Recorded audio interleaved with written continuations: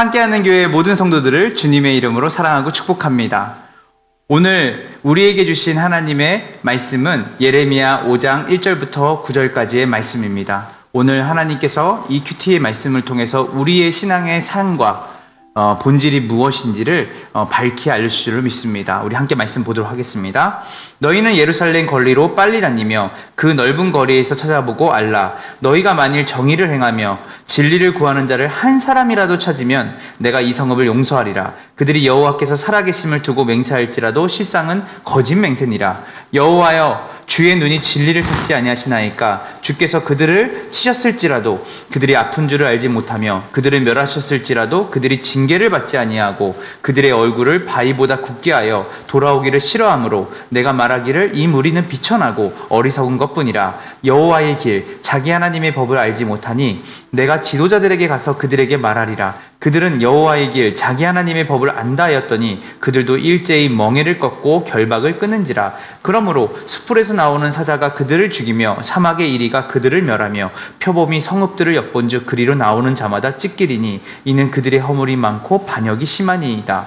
내가 어찌 너를 용서하겠느냐? 네 자녀가 나를 버리고 신이 아닌 것들로 맹세하였으며 내가 그들을 배불리 먹인즉 그들이 간음하며 창기의 집에 허다히 모이며 그들은 두루다니는 살찐 수말같이 각기 이웃의 아내를 따르며 소리 지르는도다. 여호와의 말씀이니라. 내가 어찌 이 일들에 대하여 벌하지 아니하겠으며 내 마음이 이런 나라에 보복하지 않겠느냐? 라고 합니다. 북방으로부터 오는 적의 침입에 이스라엘은 도주하죠. 그렇지만 그들은 하나님의 심판을 면할 수는 없습니다. 그래서 이들은 사실 하나님의 그 심판 앞에 부당함을 느낄 수도 있다고 생각을 합니다. 마치 우리의 삶에서도 하나님이 꼭 이렇게까지 하여야 되나? 정말 우리에게 소망이 없는 것일까? 라고 하는 생각이 들 때가 있는 것처럼 말이죠. 그래서 하나님께서는 그 이스라엘의 그 심판에 대한 의문에 대해서 하나님은 이스라엘에게 기회를 주죠.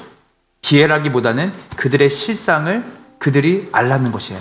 그게 바로 무엇이냐면 예레미야 5장 1절부터 2절까지 말씀입니다. 너희는 예루살렘 거리로 빨리 다니며 그 넓은 거리에서 찾아보고 알라. 너희가 만일 정의를 행하며 진리를 구하는 자를 한 사람이라도 찾으면 내가 이 성읍을 뭐하리라? 용서하리라. 몇 사람입니까?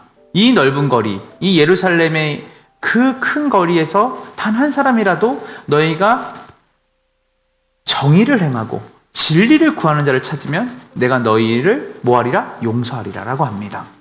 여러분, 얼핏 보면 그 한 사람 없겠어? 라고 하는데 이 성읍에, 이스라엘의 그 큰 성읍에는 하나님의 진리와 하나님의 정의를 행하는 자가 단 한 명도 없었습니다. 우리가 이 한 사람에게 우리의 초점이 가 있죠. 그 한 사람이 진짜 없었을까? 그러면서 우리는 사실은 로마서의 말씀이 우리는 생각이 나야 됩니다. 그 로마서에 이 한 사람에 대한 이야기 나오죠. 의인은 없나니 한 명도 있다 없다? 없다라고 말합니다. 이 땅에서 하나님 앞에 진정으로 정의를 행하고 진리를 구하는 자는 한 명도 없다라고 로마서는 선언을 하죠. 그렇기 때문에 우리에게 남겨져 있는 것은 절망이요 심판입니다. 우리가 이스라엘의 역사적인 한 나라요, 동시에 그 이스라엘은 바로 하나님의 택한 백성이었습니다. 그런 그들이 하나님의 법을 안다고 하고 그들이 하나님의 그 길을 자기들이 안다고 하지만 사실 그들은 하나님의 법을 온전히 알지 못했고요. 하나님의 길을 온전히 따를 수 있는 힘이 없었습니다. 아담이 타락한 이후에 모든 사람은 그 죄 가운데 머물러 있기 때문이죠. 그래서 여러분이 이 한 사람이 없기 때문에 하나님의 그 격렬하고 하나님의 그 무서운 진노의 심판이 이 땅 가운데, 이스라엘 가운데, 우리 가운데 임하는 것이죠. 그것을 피할 사람은 아무도 없습니다. 그래서 그 심판의 무서움을 이렇게 얘기합니다. 숯불에서 나오는 사자가 6절입니다. 그들을 죽이며 사막의 이리가 그들을 멸하며 표범이 성읍들을 엿본즉 그리로 나오는 자마다 찢기리니 이는 그들의 허물이 많고 반역이 심하니라. 7절에 봅니다. 내가 너를 어찌 용서하겠느냐? 하나님의 그 정의와 하나님의 그 진리 앞에 쓸 자가 없습니다.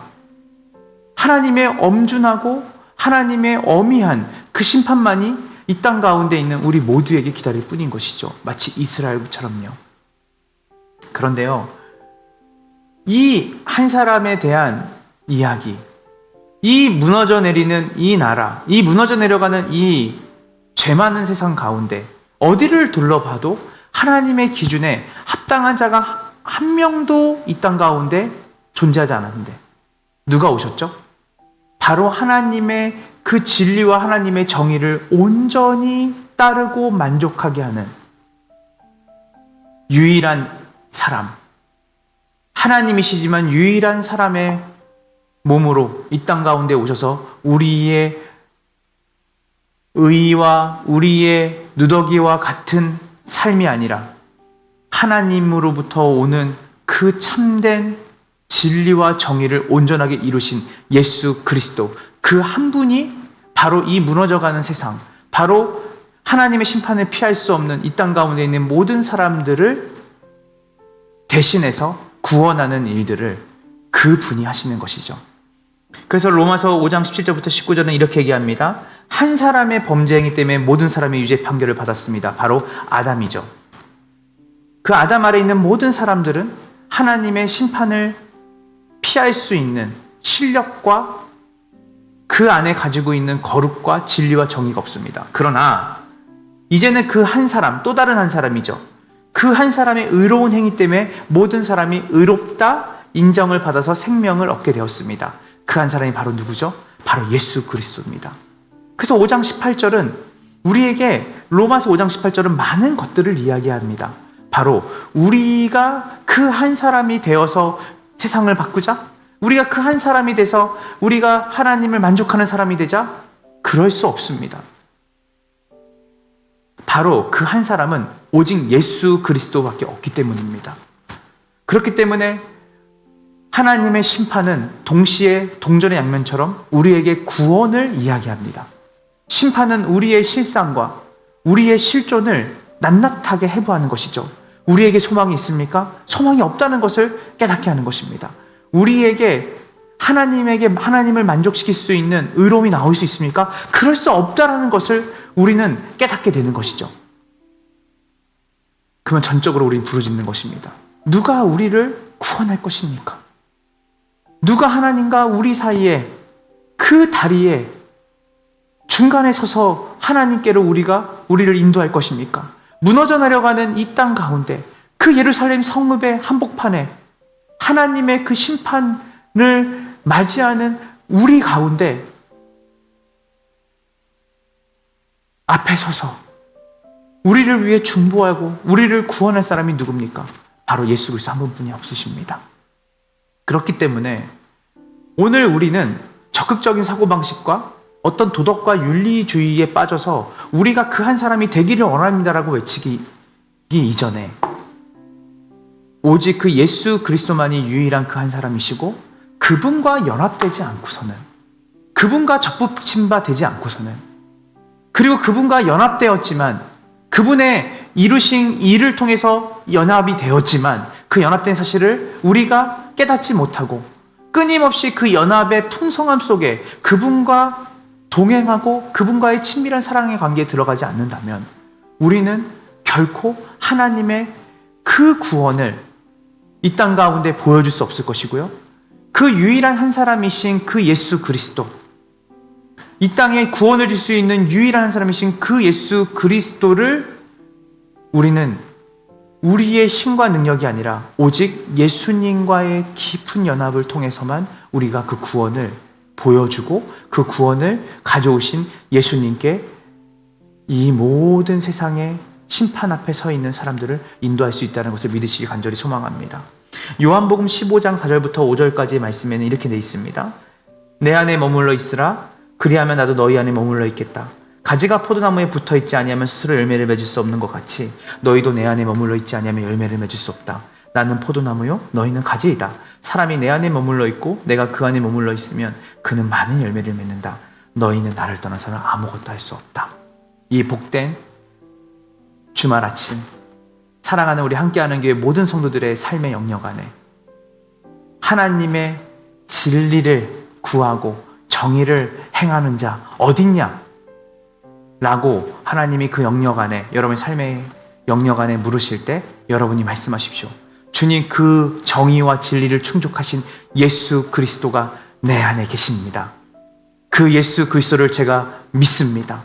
그리고 그분과 함께 이 허물어져가는 세상 가운데, 이 무너져가는 세상 가운데, 하나님의 심판 앞에 서 있는 이 세상 가운데 하나님, 그 구원의 통로로 이 땅 가운데 오신 예수 그리스도의 본을 따라서 우리를, 예수님께서 이루신 그 일을 근거로 해서 우리의 가정과 우리의 삶의 영역 안에 하나님의 구원을 멋지게 말과 삶으로 보여주는 사물함으로 우리를 사용하여 주시옵소서라고 하는 여러분의 하나님께 나아가는 참된 경건이 있기를 주님의 이름으로 사랑하고 축복하며 권면을 드립니다. 함께 기도하겠습니다. 하나님 감사합니다. 오늘 예레미야 5장 1절부터 9절까지 말씀을 통하여서 소망 없는 이스라엘, 또한 소망 없는 우리의 모습을 봅니다. 정의를 행할 자가 없고 진리를 구할 자가 없습니다. 완벽하게 하나님의 말씀 앞에 응하는 자가 이 땅 가운데 단 한 명도 없습니다. 맞습니다, 주님. 우리의 실존이 그리합니다. 하나님의 심판 앞에 피할 자가 아무도 없습니다. 그래서 예수님이 오셨습니다. 유일한 한 사람, 그 한 사람, 하나님이시자 온전한 사람으로 이 땅에 오신 그 예수 그리스도께서 하나님의 진리와 정의를 온전하게 행하신 분으로 우리에게 그 의를 전가하셨기 때문에 우리에게 구원이 있습니다. 하나님, 오늘 하루 우리의 삶 가운데 하나님과 우리 사이에 중보자 되시며 우리를 구원하신 예수 그리스도를 바라보는 복된 은혜가 우리에게 있기 원합니다. 그리하여서 우리가 그 한 사람이 되게 하시옵소서를 먼저 외치기 이전에 유일한 한 사람이신 예수 그리스도를 바라보고 그분이 우리 안에 함께 거하심을 믿고 그분과 동행하며 우리의 삶의 모든 영역 안에 그분과 더불어 그분이 이루신 구원을 그분과의 관계 안에서 열매를 맺는 놀라운 은혜가 함께하는 교회 모든 성도들에게 임하게 하여 주시옵소서. 주님을 떠나서는 우리가 아무것도 할 수 없다라고 말씀하신 것처럼 우리가 오늘 하루 주님 안에 거함으로 주님의 찾으시는 그 한 사람의 역할을 우리가 감당하길 원합니다. 그렇게 우리를 사용하여 주시옵소서. 예수님의 이름으로 기도합니다. 아멘.